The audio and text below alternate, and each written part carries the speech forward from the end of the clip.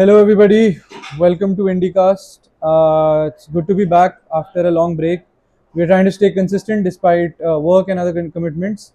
We'll cut straight to the chase. We want to talk about a very developing, very emergent, and ongoing situation relating to the blockade and rise of tensions between the US and Cuba. A bit of a historical context, we know that Cuba has a single party communist government which has been in power since the late 1950s. Cuba also sits literally 90 miles from the US state of Florida, which the Americans see as an emerging threat in their own backyard. Now, why this makes this a relevant and emergent situation in 2026 is because that in the recent Trump administration, we have seen emboldened military action by the Americans surrounding areas, including Latin America. We saw the arrest of Maduro from Venezuela. We've seen strikes on alleged drug boats which were traveling to the US in the seas around North America. So we wanted to discuss how this situation around Cuba could evolve, keeping in mind the historical context of US-Cuba relations. We also know that there is a huge exiled Cuban American community which are now Floridians in the United States, and they are basically also like the larger community from which the US Secretary of State Marco Rubio comes from. So, bit of a historical context there. Jay, let's get your opening So thoughts. on the 29th of January 2026, an executive order was passed by the Trump government, which basically was addressing threats to the United States by the government of Cuba. The executive order frames Cuba as a unusual and extraordinary threat, which has aligned Cuba to actors like Russia, China, Iran, Hamas, and Hezbollah, and to basically assuage the executive order, powers from the International Emergency Economic Powers Act and the National Emergencies Act were used in order to cut down on any type of energy trade that Cuba was indulging in. And because of this fuel blockade, a lot of direct and indirect shipments to Cuba has essentially been blocked, due to which Cuba has suffered extensively economically as well, and with respect to its social infrastructure as well. So because of lack of fuel, there is lack of energy, and because of lack of energy, there is lack of electricity, and you can understand as to how the usual aspects of life get affected because of that. And according to some studies, it is said that somewhere around 11,000 children were awaiting surgery. Somewhere around 96,000 people in Cuba still require medical procedures which cannot take place because of load shedding and electricity shortage that has been caused due to this economic blockade.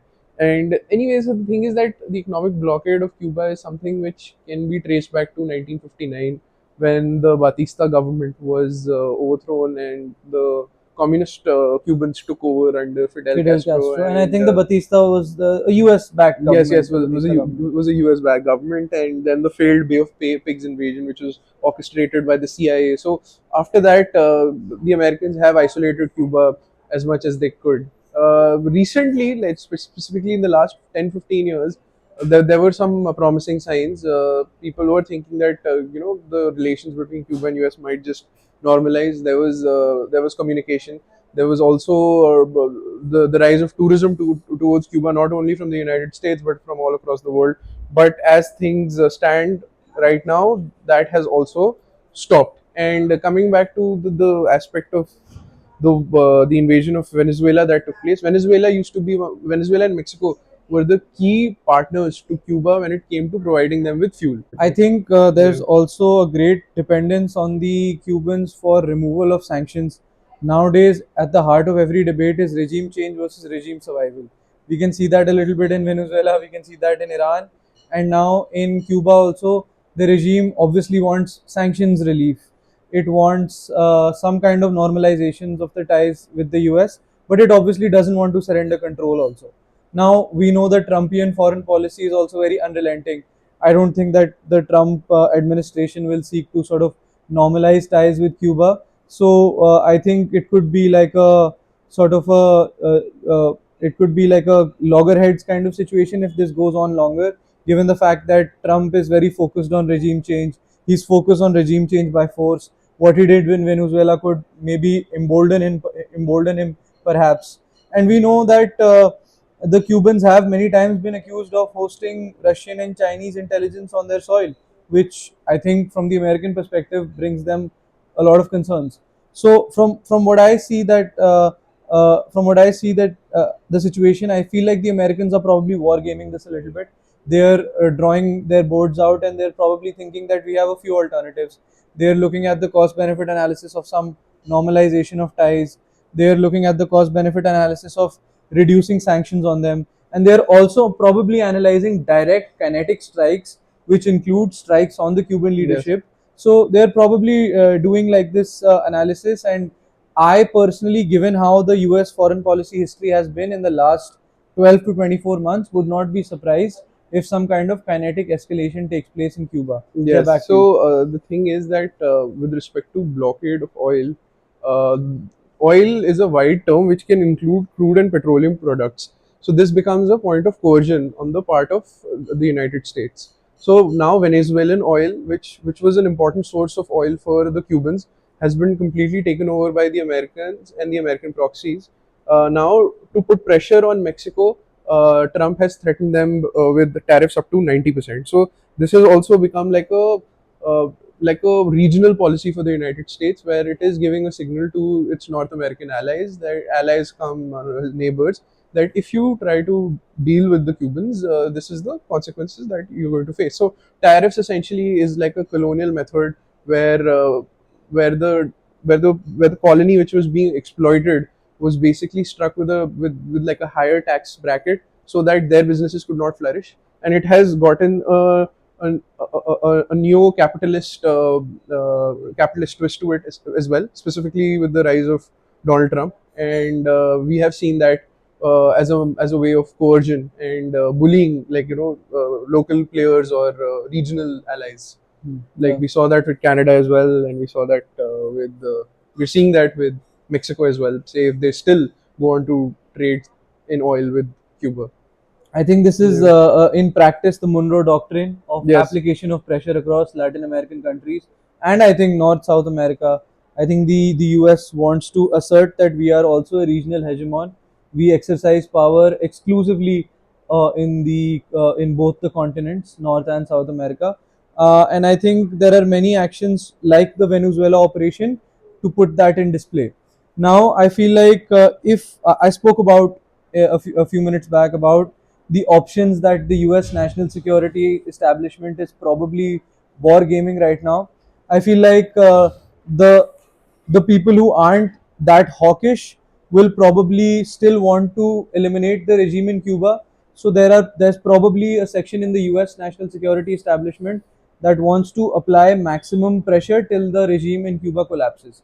So they will continue the sanctions. They will continue chokeholds on their economic infrastructure, and they will possibly trigger a migration kind of crisis also, which could be politically dangerous for both Havana and Trump. And this will also maybe push some of Cuba's allies like Russia and China into a sort of a desperate situation with respect to South America. They could do some kind of transactional normalization also. Trump has also, on the contrary to military and kinetic strikes, he also likes to portray himself as a deal maker. Many times, US foreign policy has uh, displayed personal preferences on of Donald Trump into policy action. So if US is able to convince the Cubans to release some political prisoners, maybe distance itself from Russia and China, we could even see some kind of deal with the Cubans there. And I think the fairly likely one in today's day, although I think the most concerning one is genuine military action, where they Yeah. could, being emboldened by what they did in Venezuela, use regime change by force and indict, the leadership of Cuba. Yes, And 100%. And military strikes has always been an option because the Americans, through their intelligence agencies, did try that with an indirect military intervention where they trained a few Cubans to invade Bay of Pigs, which led to a massive failure. mm, So here we can see a regime change that they implemented in Venezuela, or like troops on the ground, which could be easier for the United States as compared to Iran, because of how far Iran is and how unmanageable the territory is. And we could probably see an invasion like Grenada or an invasion like Panama, where the US blitzkrieg happens, and within 3 to 4 days, the relevant regime change takes place, and the boots are removed, and a major military base is established, so that the local economic benefits that could have reached the United States start reaching them again. Say during the time of Batista. Oh, yeah. I mean, there are all concerning alternatives here. Like, I think that even if the US looks at two major options right now, it says that we apply maximum pressure and sanctions on one side, or we do military or kinetic strikes on one side. Neither of them have very good Absolutely. alternatives. That's why it is quite extraordinary that through sanctions they have actually targeted the oil shipments to the Cubans, because Right. before this, most of the American sanctions and tariffs were essentially trade related, not essentially associated with oil. Now, oil is very important for Cuba, because through those oil shipments, their electricity, their transportation, everything is dependent on that. Yeah. And if you're just blocking that, you are affecting the entire economy, which was anyway very backward due to its isolation since 1962. Hmm. Also, the fact that it used to assuage its economic losses by trading exclusively with the Soviet Union. Now, after the disintegration, where 75 to 80% of their trade was dependent on the Soviets. Now, after the disintegration of the Soviet Union, they came into this really bleak situation where they were facing a blockade from the United States, and that blockade could only be lifted if the American political hegemony is established over their territory. And since then, there were certain there was progress that was made, but it has gone back to how bad it was during the early Cold War Yeah. phase, where now America is looking for a total, like a final solution to the Fair. Cuban problem.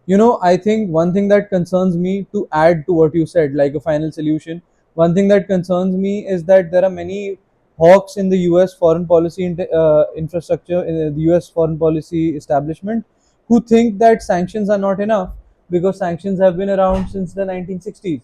Yet the Cuban regime has, in one way or the other, survived. So that makes, in their mind, that makes for a case for escalation. Hmm. Now, so they will say that now this regime has survived sanctions. We need kinetic escalations. We need military strikes. Yes. And once that happens, like what happened in Iran, once you start striking, you don't effectively know how to predict the correct outcomes. So there might be outcomes which will be concerning for the Americans also. So if hypothetically there are some kinetic strikes which are to be carried out in Cuba, that could also lead to humanitarian crises, a migration crisis, something maybe the US would also have to face the Yeah, consequences for. the demographic shift that the Cubans caused in Florida is quite evident. And Yeah. it's interesting that Cuba's 64% population is white European.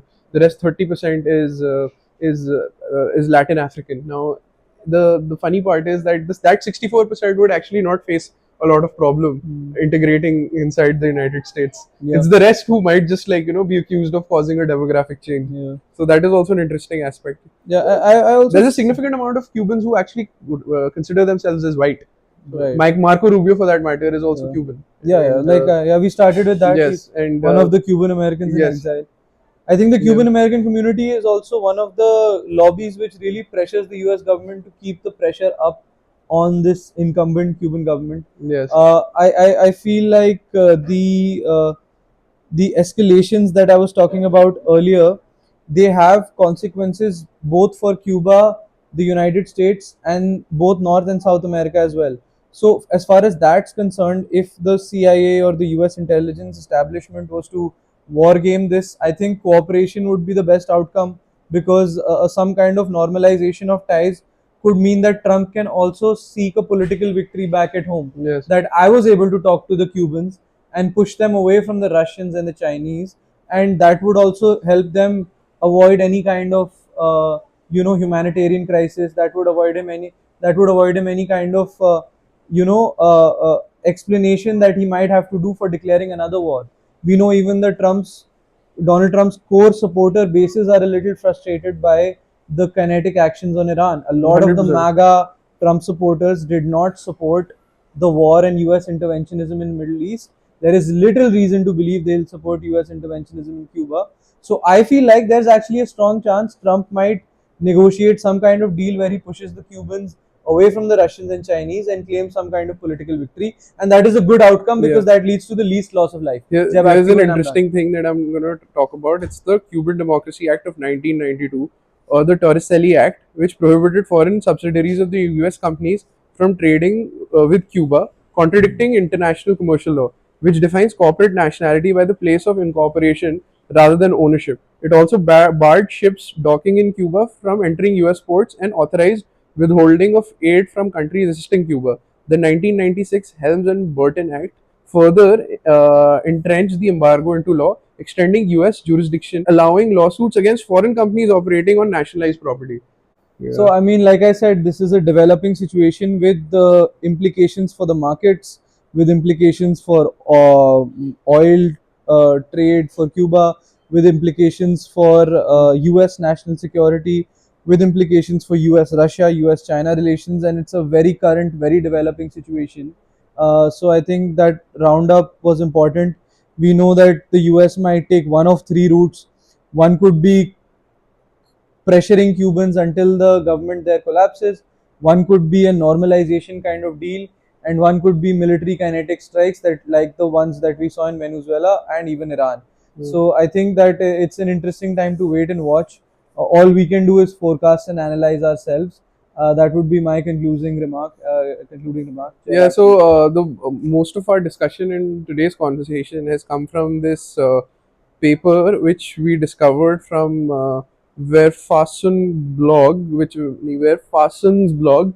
It's called "Fuel Blockade and the U.S. Economic Warfare Against Cuba." It's under the heading of "Weaponizing Necessity," We can share the and link we'll share the also. link. We'll share the link, and it is by this guy.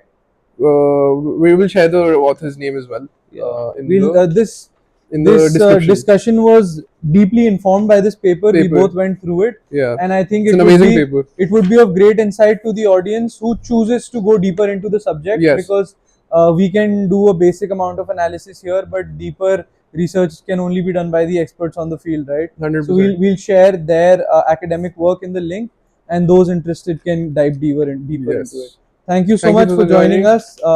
Please like, share, subscribe. Yeah. Please like, share, and subscribe.